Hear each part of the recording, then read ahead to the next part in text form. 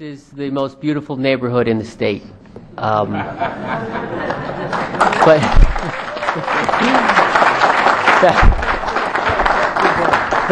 because that was a cheap applause line, but but it's true. It's a glorious neighborhood. It's bucolic. I'll tell you, across the street from where this is proposed, there's probably a 5-acre organic herb farm. Behind that is another small farm. Within half a mile, as the crow flies, is a high school, an elementary school, and a parochial pre-K through 8 school. There are hundreds and hundreds of children that go to those 3 schools. This is a residential neighborhood with families and kids. It's suburbia, and it's not appropriate for this. Take away the aesthetics. The aesthetics would be problematic, but that's not the main issue. The main issue is safety, and we're talking about not your typical fuel cells. When the legislature drafted this and it passed, I dare say that this type of fuel cell was not contemplated. Natural gas-based hybrid fuel cells. We weren't talking about that. We were talking about the traditional fuel cells. So that's what this entirely new technology. There isn't one plant in the country that would be that's built now that is a hybrid natural gas-based fuel cell. So we would be forging new ground in an entirely inappropriate place. I know that's a long answer, but it's important.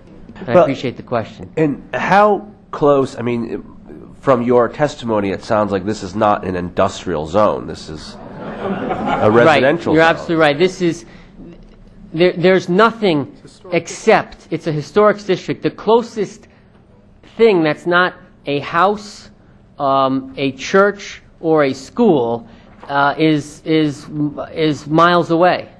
There's nothing. And how close would the homes be to the proposed hybrid fuel cell? You could throw a wiffle ball from front yards into this. Right next door, right across the street, literally across the street. The folks are here. But I'll tell you, it's not just the immediate neighbors that are here. It's the community. It's Trumbull. Finally, can I ask you just to describe the manner in which this natural gas hybrid fuel cell works? I mean, how is the natural gas? How does this thing work? And what are there special risks because it's natural gas? Well, we think there are, and this is being built on the existing Tennessee natural gas pipeline. It's a 50-year-old pipeline which hasn't had maintenance or anything happen to it. It's a pressure letdown station, and we're getting a bit technical, but gas pressure comes in at a high rate, and periodically it has to be let down.